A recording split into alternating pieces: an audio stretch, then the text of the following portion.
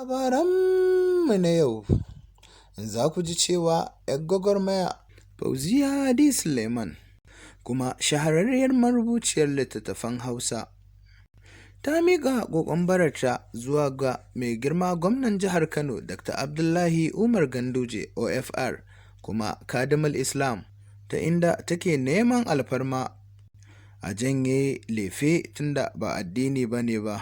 To tuni dai gwamnatin jihar Kano ta fara duban tsanaki domin warware zare daga abawa.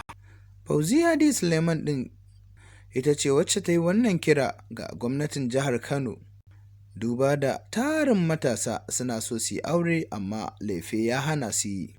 Gwamnatin jihar Kano dai da majalisar gwamnatin sun ce za su yi duba na tsanaki don ganin me ya kamata a yi, tunda su ma dai 'ya'yansu ne.